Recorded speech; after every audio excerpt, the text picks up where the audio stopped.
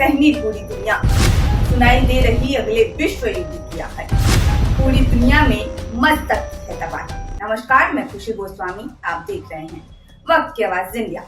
America उतरा Israel के समर्थन में, ईरान के 3 शहरों पर किया हमला। उधर चीन और रूस ने अमेरिका इजराइल को दे डाली चेतावनी। अमेरिका के हमले के बाद भी नहीं झुका ईरान, बदला लेने की खाई कसम। इजराइल के साथ साथ अमेरिका पर भी कर सकता है हमला। अगर ऐसा हुआ तो अगले विश्व युद्ध की बच सकती है रणभेरी।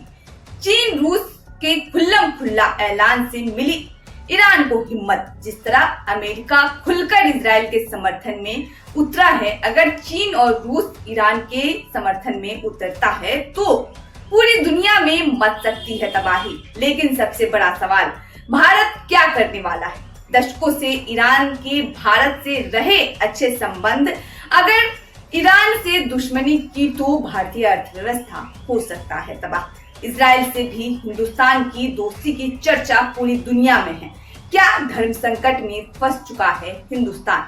आज इन्हीं सब मुद्दों पे बात करेंगे और जानेंगे कि ईरान और इजराइल के युद्ध में भारत को क्या नुकसान होने वाला है, या फिर अमेरिका का भूमिका जो है वो जो देखी जा रही है, वो उससे भारत को क्या कुछ नुकसान या फिर फायदा होगा? क्या रोल जो है वो भारत का रहना चाहिए इस युद्ध में, ये भी हम जानने की कोशिश करेंगे। और चलिए शुरू करते हैं वीडियो। ईरान और इजराइल दोनों ही भारत के व्यापारिक साझेदार हैं और अभी दोनों देशों में युद्ध चल रहा है। जाहिर है कि इस युद्ध का असर भारत के कारोबार पर भी देखा जा सकता है। इसी प्रभाव और नुकसान का आकलन करने के लिए सरकार जल्द मंथन करने वाली है। उद्योग जगत के एक अधिकारी ने बताया कि बैठक की अध्यक्षता वाणिज्य सचिव सुनील बर्थवाल करेंगे। सरकार की ओर से जारी सूचना में बताया गया है कि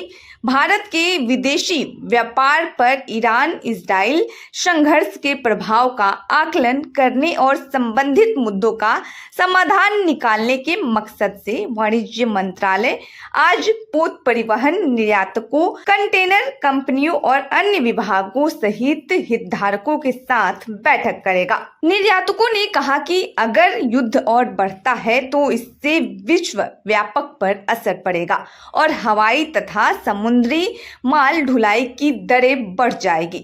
उन्होंने आशंका जताई है कि इस संघर्ष से होर्मुज़ जलडमरू मध्य और लाल सागर से व्यापारी जहाजों की आवाजाही प्रभावित हो सकती है। भारत का लगभग 2/3 कच्चा तेल और आधा तरल प्राकृतिक गैस का आयात होर्मुज़ जलडमरू मध्य से होकर आता है, जिससे अब इजराइल ने बंद करने की धमकी दी है। होर्मुज़ जलडमरू मध्य एक संकरा जलमार्ग है जो अपने सबसे संकरे स्थान पर केवल 21 मील चौड़ा है और वैश्विक तेल व्यापार का लगभग 20% हिस्सा संभालता है।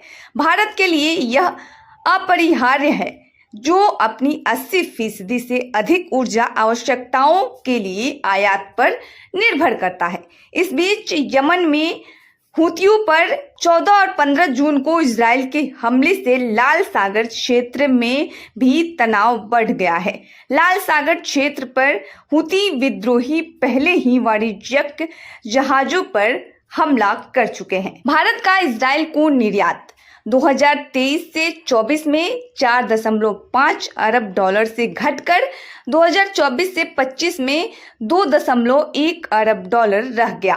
पिछले वित्तीय वर्ष में इजराइल से आयात 2023 से 24 के 2 अरब डॉलर से घटकर 1.6 अरब डॉलर रह गया। इसी तरह ईरान को निर्यात भी प्रभावित हो सकता है। ईरान को हमारा निर्यात 2024 से 25 और 2023 से 24 में लगभग 1.4 अरब डॉलर पर स्थित रहा था। वित्तीय वर्ष 2024 से 25 में ईरान से भारत का आयात 44.1 करोड़ डॉलर था, जबकि पिछले वर्ष यह 62.5 करोड़ डॉलर रहा। मौजूदा संघर्ष उस दबाव को और बढ़ाता है, जो अमेरिकी राष्ट्रपति डोनाल्ड ट्रंप द्वारा उच्च शुल्क की घोषणा के बाद विश्व व्यापार पर पड़ा था। आराघची ने चेतावनी दी है कि अगर अमेरिका इजराइल के साथ युद्ध में सक्रिय रूप से शामिल होता है तो यह सभी के लिए बेहद खतरनाक होगा। अमेरिका के राष्ट्रपति डोनाल्ड ट्रंप अमेरिकी सैन्य भागीदारी पर विचार कर रहे हैं। आराघची ने इसी संदर्भ में कहा कि यह बहुत दुर्भाग्यपूर्ण होगा। आराघची ने यह बात जिनेवा से वार्ता के बाद लौटते समय इस्तांबुल में पत्रकारों से बात में कही। हालांकि इस बातचीत में कोई कूटनीतिक सफलता हासिल नहीं हो सकी। वार्ता समाप्त होने पर आराघची ने कहा कि वह आगे की बातचीत के लिए तैयार है, लेकिन उन्होंने इस बात पर जोर दिया कि इजराइल की ओर से हमले जारी रहने के बीच तेहरान को अमेरिका के साथ बातचीत करने में कोई दिलचस्पी नहीं है। इस बीच वाशिंगटन में खुफिया मतभेद उभर कर सामने आया, जिसमें ट्रंप ने अपने राष्ट्रीय खुफिया निदेशक तुलसी गाबर्ट की उस बात का खंडन किया है जिसमें उन्होंने कहा था कि इजराइल सक्रिय रूप से परमाणु हथियार कार्यक्रम नहीं चला रहा है। उनका यह बयान अमेरिकी और इजराइल दोनों के दावों के विपरीत है। ट्रंप ने कहा, तो फिर मेरा खुफिया समुदाय गलत है। गौरतलब है कि इस्लामिक सहयोग संगठन तुर्की में शनिवार को इस्तांबुल में बैठक करने वाला है, जिसमें 57 सदस्य देश शामिल हैं। ईरान के विदेश मंत्री इसमें भाग लेंगे। उन्होंने कहा कि इस दौरान इजराइल की ओर से जारी हमले पर चर्चा की जाएगी। वहीं इजरायली सशस्त्र बलों ने इस्लामिक रिवॉल्यूशनरी गार्ड कार्ड्स के ड्रोन प्रमुख अमीनपुर जौदगी और ईरानी कुड्स फोर्स के फिलिस्तीन कोर कमांडर सईद इजादी के मारे जाने का दावा किया है। इजराइल के रक्षा मंत्री इजराइल कार्ड्स ने शनिवार को यह जानकारी दी। कार्ड्स ने बताया कि इजादी की मौत मध्य तेहरान में एक अपार्टमेंट पर हमले में हुई।